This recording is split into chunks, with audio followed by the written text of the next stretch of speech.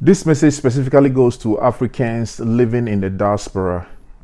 And when I say Africans in the diaspora, you already know what I mean. So basically, that is Africans, any African who is living in Canada, Germany, the United States of America, who is living in the UK, in Australia, anywhere you find yourself outside the confines of your country of birth, I'm talking to you.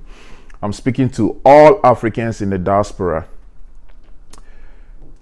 This is a very pressing issue, and I want us to discuss this. So, by so doing, all you have to do is to leave me a comment, like the video, and share it as well to anyone you think that this video will be beneficial to. Just share the video, like, and subscribe. I'm not a little, but I'm bothered about certain things that is happening in the African communities. Okay. Now, this message is very, very paramount to me. And I know that it will be paramount to you as well. Let us see the way forward. Let us come to a consensus. Okay, let us reason and see how best we can address these issues. Why am I saying this? I believe, I don't want to place a tag on it, but I believe strongly that most Africans in the diaspora, number one, most Africans in the diaspora are scared of institutions. Most Africans in the diaspora, we are scared of security institutions. We are scared of financial institutions. We are scared of the court. We are pretty much scared of functional institutions, institutions that hold a lot of power. We are scared of institutions that hold a lot of power. So, why am I saying this? Assuming you borrow money from the bank, okay? Let's set an example. So let's say Chase Bank offers you a loan or gives you a credit card. You take that loan or you take that credit card. You max the credit card. You use that loan for whatever purpose that loan was meant for. You use that money or that credit card for whatever purpose that you intended to. Now, judiciously, you make the payments on these credit cards or these loans on a monthly basis. And mind you, there is an interest rate attached to these credit cards and to these loans. You make the payments. We are so scared that we make the payments judiciously. And don't get me wrong, that is the right thing to do. That is absolutely the best thing to do. If you borrow money, make sure you pay the money. Okay? Whatever rules and regulations that is stipulated in the payment process, make sure that you make those payments judiciously. So don't get me wrong, it is a good thing for you to make your payments judiciously, okay? But the reason why I'm saying this is that we are so scared to the extent that we make our payments on time, okay? And some may even place a target, okay? So let's say if it's for a year or two, they may place a target to a year, 2, 3, 4, 5, 6 months. They may place a target and make that payment on time. They make their payment without missing any payment, and they make sure that they actually pay everything, okay? Now, this is where I get so confused. And it is very, very annoying, okay? You need help badly to the extent that the financial institutions are not willing to give you that help.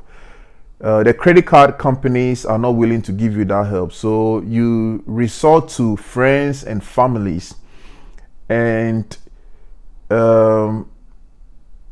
whoever you go to may assess the risk factors involved. They assess the risk factors, and um, just to help a brother or a sister, they actually borrow you that money, and they give you physical cash. Okay, someone may borrow you money to the tune of $1,000, $2,000, $3,000, $4,000, $5,000, $10,000. Okay, now whatever agreement that you have with your friend or your family member, that maybe after a month, 2 or 3, you will make that payment available. Now, when the due date approaches, then you start giving excuses. Of course, we are human beings, so we understand how things work. So we may, your friends or your family members would actually give you time for you to make that payment. But a lot of people have gotten into the habit of borrowing money and not wanting to pay, which is not so good. It is not so good. If you go and borrow money, make sure that you make the payment. Okay, if your friends help you in time of need, if your friends help you in time of distress, make sure that you make those payments available on the stipulated date or time that you have agreed to. It is not so good. It is very appalling on most Africans in the diaspora's part not to, make payments, or not. It is just so not good for you to neglect to pay your loans. Okay, if you borrow money from a friend or a family member, make sure you pay that money. Okay. It is just not cool. Okay, and a lot of people are living in the diaspora and they have grudges with friends, family members, with people in their community. They have grudges to the extent that some even have grudges with their pastors or people in position of authority. Okay, when you're in distress and you go to friends and families and you borrow money, just make sure you pay your money. Now,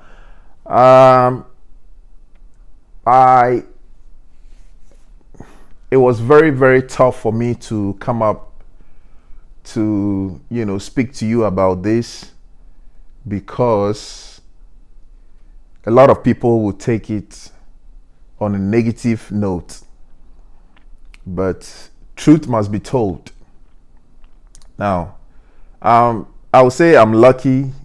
Most of my friends who seek for assistance from me actually do due diligence and they remit whatever they borrow from me. So I'm not complaining, but there are a lot of people in our circles. There are a lot of people in our circles who have borrowed money to people, and they have not received they have not received their payment. Whatever they borrowed to friends and families, they've not been able to receive it back.